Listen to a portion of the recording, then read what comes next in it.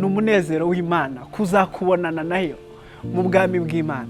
Ngo ibineza by'Imana ni ukubona iri kumwe n'abantu bayo. Haleluya. Ngo Imana ntabwo itinze isezerano, niko Petero yanditse, nk'uko benshi ngo babitekereza. Ngo ahubwo ibitinza igira ngo bose babone ubugingo, hatagira n'umwe ubura ubugingo buhoraho. Wisimbuza ubugingo utuntu tworoheje turi cheap. Ibyo Yesu agushakira ni ubugingo buhoraho, ni inyungu z'igihe kirekire, ntabwo ari iby'agahe gatoya. Gukiranuka no gushaka gukora ibyiza ni inyungu zawe, ni ukwikunda. Njyewe navuga ko kwikunda ni ugukunda ubugingo bwawe. Ntabwo ari ukunezeza uyu mubiri, ntabwo ari ukunezeza abantu by'igihe gito ngo ubugingo bwawe butakare. Oya, kwikunda gukomeye ni ugucungura ubugingo bwawe. Ukwiriye kubungabunga ubugingo bwawe kurusha ibindi byose birindwa. Ukwiriye kurinda umutima wawe utiyanduza. Hari abantu basogongeye ku by'ubugingo baraburinda, nubwo babonaga ibineza, n'ubwo babonaga imigisha imbere yabo, nubwo babonaga iby'umumaro imbere yabo, ariko barangije bagundira icy'umugisha, batakaza ibyagaragaraga nk'ibyo bagiye kuba banezeza by'ako kanya, ariko bagundira iby'ubugingo buhoraho. Reba urugero, Yosefu muri Egiputa bamusezeranyije, umugore yamusezeranyije ibyiza byinshi, amusezeranya umugisha mwinshi, aramubwira ngo baryamane.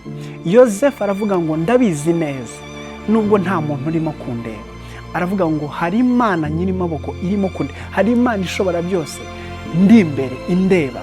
Ubugingo bwanjye sinshaka kwanduza ubugingo bwanjye. Dukwiriye kubungabunga ubugingo bwacu n'ubw'iby'isi byagaragara nk'aho biri imbere yacu.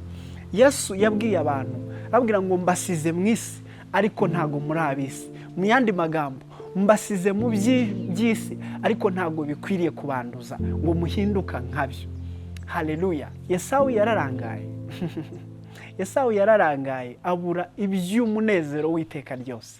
Yesu abwiye abantu, arababwira ngo byamarira iki umuntu gutunga iby'isi byose ariko agatakaza iby'ubugingo buhoraho? Byamarira iki umusore kuryamana na nyirabuja ngo baguhe igipangu, nubwo kubaka muri Kigali, nubwo kubona ibintu bitari cyangwa impande zitandukanye bigoye? Byakumarira iki kwiyandurisha iby'umunezero w'igihe gitoya? Nishaka bizamara imyaka 20, ariko n'iby'umunezero w'igihe gito ugatakaza iby'igihe kirekire. Byakumarira iki gutakaza? Yesu yaziye ubugingo ngo umuntu aguhereze, ntabwo ukwiriye gusimbuza ubusambanyi ngo baguhe amafaranga ubusimbuza ubugingo. Oya, ntabwo bikwiriye. Ntabwo ukwiriye gutakaza icy'umumaro kingana gutyo. Ntabwo ukwiriye gufata iby'agahe gatoya ngo ubusimbuze ubugingo buhoraho. Ku Mana nta kiruta ubugingo buhoraho. Yesu yaziye ubugingo bwawe kugira ngo bubeho, buruhoke, uve mu rupfu ubone ubugingo.